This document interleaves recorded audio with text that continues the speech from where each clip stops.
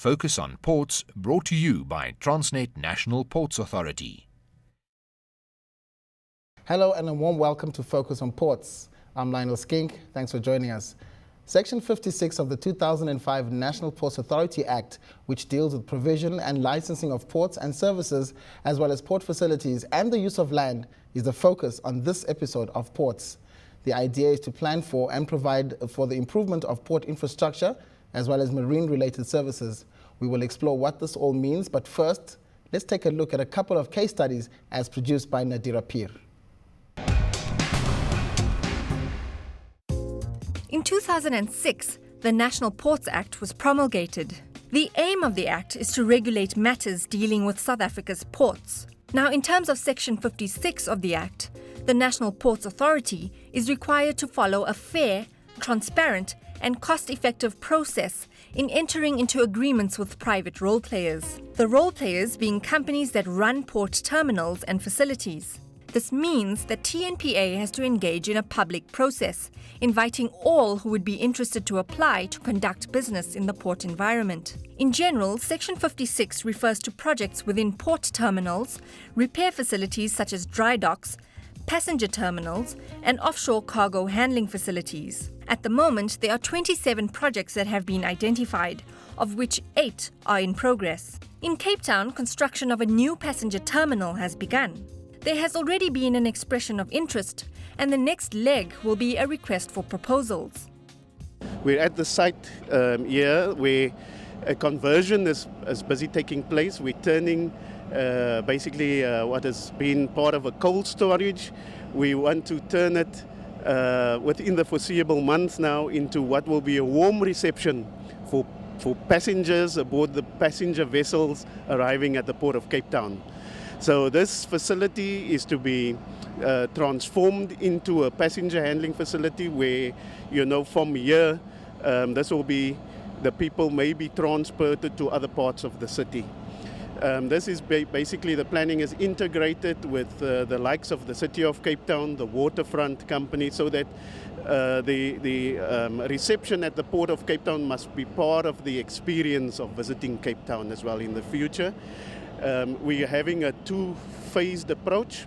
So the renovations that are presently underway really is to bring it to a standard that is of an acceptable level, and this will be in place for the next 2 to 3 years, whereafter after we have gone through our request for proposal process, the new operator will come in and then run the facility and do further upgrades as required to keep this facility on par with the best in the world. About an hour and a half's drive from Cape Town is the quaint coastal village of Saldanha.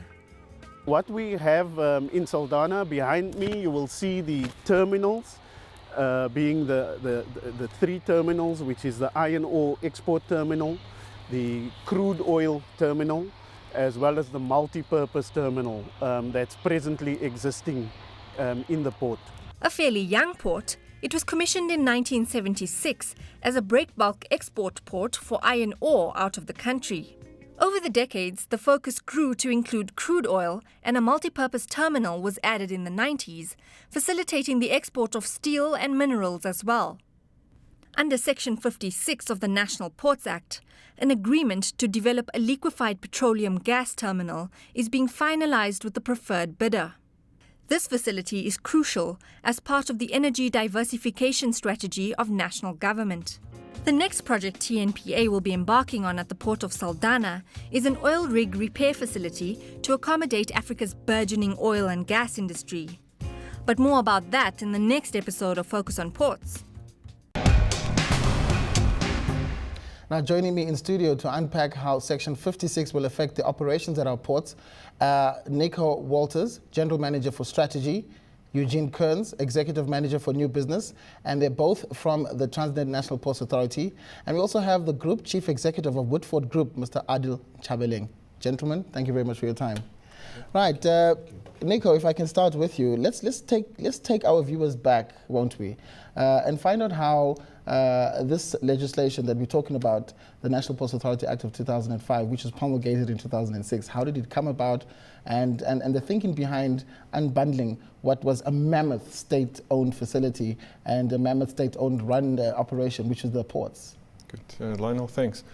I think we need to explain to the viewers that back in about 2002, government embarked on a process which was then called the White Paper on Transport Policy, which eventually ended up being the National Commercial Ports Policy. And in terms of the Commercial Ports Policy, government realized that the ports have a very significant role to play in the economy of the country, and that it would serve best to separate what is the landlord or the Port Authority role from the operations role. What then happened after the policy process was that affected into the Ports Act, which you indicated was then promulgated through and created in 2005 and 2006. And what the Act did was it created the National Ports Authority. And the National Ports Authority is what we call a landlord port authority. That simply means that the authority is responsible to plan, develop and maintain port infrastructure, but we do not get involved in the operations or the cargo handling at the ports. Okay. So in the past, the landlord was the operator as well. What was wrong with that? Why did that have to change? Okay. What you have when you have a landlord and the operator sitting in one specific division is that you don't have a landlord that can stand back and be a neutral player in provision and operating the facility. So you cannot have somebody being the landlord, being the authority, and also being involved in operations. And that is why we had to split the two roles to make a clear distinction between the two. Okay, great. Eugene, I'm going to bring you in here. So the Act then makes it very easy, or would I say gives opportunities for new business, and hence they created a position for you because you're involved in new business. Tell us about the new business opportunities that are available because of the Act. Yeah, basically, in short, what is happening, it's one should say is twofold, really. There's the new business is capacity expansions in the ports to cope with the growing imports and exports of the country. What has happened now, though, is the Ports Act is providing a legal framework within which the National Ports Authority will engage and will also use to bring people, operators, into the ports environment. Okay. So there's a number of such opportunities around the country that is taking place in line with, it starts really with our ports development framework plans, where we plan well in advance what sort of infrastructure should be provided in the ports. And these are then broken into projects, which is taking place around the ports, and I can share more of that as well. Okay, I'm sure we'll discuss that. I mean, when we saw you in the inset, I almost didn't recognize you because you were wearing a hard hat there, but we'll talk a little bit more about those projects a bit later. Adi, thank you so much for joining us here. What the two gentlemen have outlined is legislation, first of all, and secondly, a separation of roles, if you will, between the National Ports Authority as well as the operations of those ports. As an investment opportunity, do you think this is something that the community that you represent is looking at very closely and are they salivating? For quite some time, Lionel, the South African environment has been quite restricted. And as you know, with the introduction of the new legislation, which is the Ports Act of 2005, it actually made it quite easier, which to an extent, it's not as yet open, and it's not as yet, sort of well known that South African ports are open for private investors to come in and do facilities provision, as well as ports operation, as well as providing various required investment in terms of port infrastructure investment. So one of the challenges that most investors face is they continuously have the perception that South African ports are only Transnet operated, and the various companies that comes in are just service providers towards Transnet.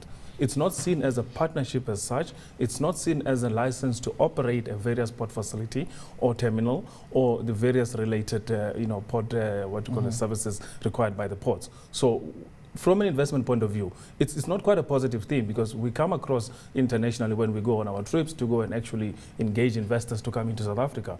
We come across a challenge to say, but South Africa is actually investment averse.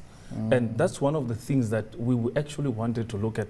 What does the Chapter 6, in terms of the Chapter 6 of the Chapter 56 of the Ports Act, stipulates in terms of what can ports do and what kind of partnerships can be entered into and what's the requirement as well as a procurement procedure. So Adil, is it a case of perception or is it a case of lack of communication? Where do you think the challenge lies? Look, Transnet has continuously for years been the only operator of ports. So as such, maybe the culture being that they have continuously just communicated between and inter within Transnet. It has not been a statement that actually was made out in terms of the public to say people interested in ports opportunities should actually come in and find ways of structuring good strategic relationships as well as partnerships and look for opportunities existing within the ports. And as you I just want to bring Nico in. Sorry, Nico, is that the reality? How do you respond to that? I mean, are our ports really open for business? And I'm talking private business. Yes, Lionel, I think I need to go back to a comment I made earlier in terms of the role of the Port Authority when it has to provide port infrastructure. And let me maybe explain what we mean with port infrastructure. Port infrastructure currently that we provide are really the entrance channels, the breakwaters, the quay walls, and all the land-related parts of infrastructure that any operator would require to operate a facility in the port. What we leave open to the operators, the cargo handling operators, are really all the investment that's required within the cargo handling terminals. So whilst Adil is indicating that might have been the message, I think what we have to correct today is that for a number of years, it has not only been Transnet that has been playing as a operator in the ports. We do have a operating division, which is Transnet Port Terminals. They do operate facilities in the ports, but if we look at the remainder of the port system, the biggest coal terminal in South Africa is a private terminal. We do have all the liquid bulk facilities in the ports are owned and operated by private facilities. We have a mixture when we talk about multi-purpose or general cargo, and it's really in the automotive sector and on the container side that we have less of a external involvement at the moment. That is exclusively handled by the Transnet. That is still Transnet Port Terminals. Eugene, I mean, you have the exciting job of developing new business and making opportunities available to people who otherwise thought that this is not our room to play. Tell us about one or two projects. I mean, the insert where you were starring showed Cape Town, a little bit of Saldanha Bay. But talk to us about some of the other really exciting projects. Yeah, no, there's quite a number of them. It's difficult to choose, but if I may say, the one that we are want to embark on now is rig repair facilities in the port of Saldanha. And for that, we want to capitalize on the opportunities that's abounding from the exploration that's taking place around the African coast, both east and west. And for this, the activity is taking place to some extent already in Cape Town, but we realize that if we want to really benefit from this market, we need to increase our capacity in the ports. So we will be embarking on a Section 56 process in the near future to also call for proposals and invite interested parties from the private sector to invest in such facilities in the Port of Saldanha that would see us gain some of that market for South Africa. So we're going to take a short break and we're going to continue the discussion more on Focus on Ports when we return.